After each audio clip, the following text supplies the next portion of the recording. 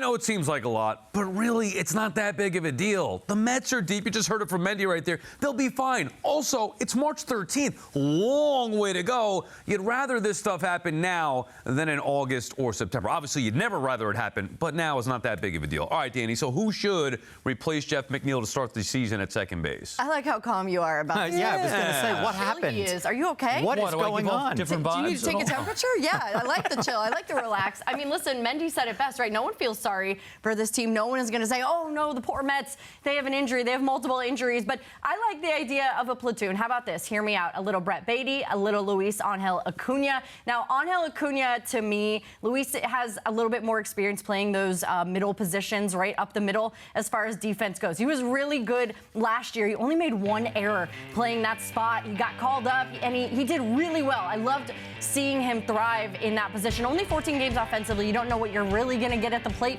but his numbers were good for Brett Baty. So here's the thing. Baty's looked pretty good in spring, right? Brett Baty in spring, there's something about it. And he's been taking reps at second base. He's never played second base in his whole career. So that's going to be a new thing for him. But what I really love is if you guys go back, you can find it on SNY. Todd Zeal does this demo with Baty early in the year. I don't know if you guys saw it in spring training. And he's talking about his hand placement. And Brett Baty's making adjustments to that, working on his top hand. It's his left hand, right? And so he's working on these things. He knows he doesn't barrel the ball up very well. He knows he doesn't hit it as hard as he needs to with the right launch angle. All the jargon I could give you. But I like the idea of giving these two young guys a chance to platoon at the spot. They both kind of complement each other. I like Acuna, but I like the idea of a platoon the best. You know, this will sound like I'm down on Brett Baty, and that's not the case. I still think that he's got some value as a player. I just don't think this is the time right now. I think that they need to start the season with Acuna as the starting second baseman, just because I thought that the jolt that he gave them when their best player went down last year, Lindor, he came in and it was almost like they didn't miss a beat, and we're talking about a really, really good player being hurt, and Acuna was active and he jolted the Mets, and I think his element of speed, the fact that, Dani, as you said, he's got experience in the middle of the diamond playing that position, to me this is a clear opportunity for the Mets to really get a chance to see what they've got in Acuna, who people are up and down on as a prospect. You know, I know he played great when he subbed for Lindor, but, you know, everybody's not convinced of his long-term viability as a star or anything like that. Why don't we get a real look at him here? Yeah, I like Acuna. I think he's a better player. However, I think this has got to be the last opportunity for Brett Baty. Maybe give him a look here early on, see if he can take the reins at second base. Let's make the call to the bullpen and welcome in Anthony DiComo live from Port St. Lucie. Tony, what are the Mets going to do here at second base?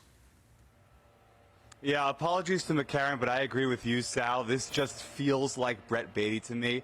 Talking to Mets officials today, talking to Mets officials really all spring, I've gotten the sense that Luis Angel Acuna, in their eyes, could certainly stand to benefit from some more time at AAA. And look, that doesn't mean Acuna can't win this job outright over the next 2 weeks, but he's not hitting as well as Baty in spring training.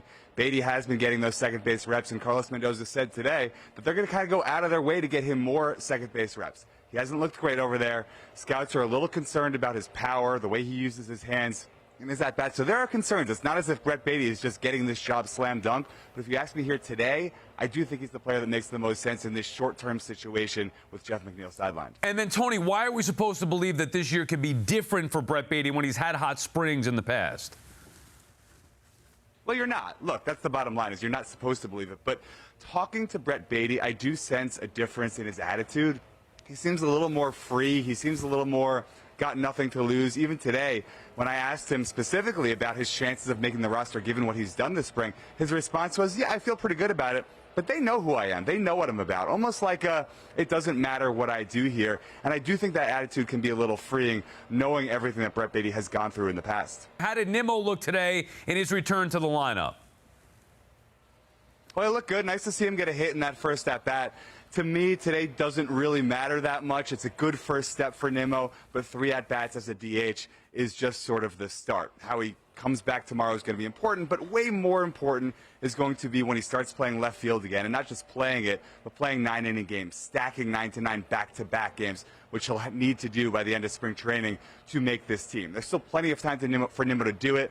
At bats, to me, are the least of his concern, but obviously, for a guy who hasn't played or has barely played this spring, you like to see the timing right. Coming out, getting a hit in his first at-bat was a good first step. Let's see where he goes from here, especially defensively with that foot. What about Edwin Diaz, Tony? He's been shaky here to start the spring. How did he look today to you?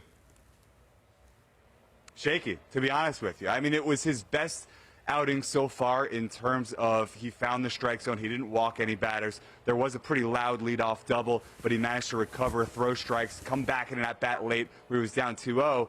But something else came up today. It was his velocity. It just wasn't there. It was 95, 96 for most of the outing, which is may look good on paper, but for a guy who we've seen throw 101, 102, that's not Edwin Diaz. His final fastball of the day today was 92 miles an hour, which I asked Carlos Mendoza about, and he said, we're not worried about it. This is how Diaz does in spring sometimes. There's still plenty of time for him to get it back up, and he will get it back up. But guys, 92 for me, for Edwin Diaz, that screams red flag. It's something to watch, not something to be concerned about yet. Definitely something to keep an eye on looking forward.